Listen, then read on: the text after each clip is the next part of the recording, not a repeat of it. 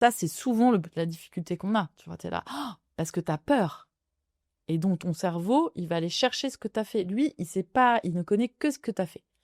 Il ne connaît pas l'avenir. La projection, il ne sait pas ce que c'est. Parce qu'il ne fait pas la différence entre, tu sais, la réalité et la fiction. réalité, la fiction. Et donc, du coup, moi, j'étais tellement prise dans cette peur-là, je me disais, mais si tu recommences à réussir, tu vas encore tomber, quoi.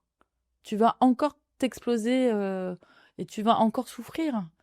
Tu vas encore avoir la blessure de cette trahison qui est là, etc., etc., etc. Mais j'avais vraiment ça, je te jure. Et pendant des années, je me suis cachée. Alors, je travaillais et je me cachais quelque part, tu vois. Parce que je me dis, si tu réussis trop, c'est trop visible. Ouais, si t'es trop visible, si t'as trop de succès, tu vas tomber. On va te défoncer, on va te piétiner. Tu vas t'auto-piétiner, peu importe, hein, je n'accuse personne.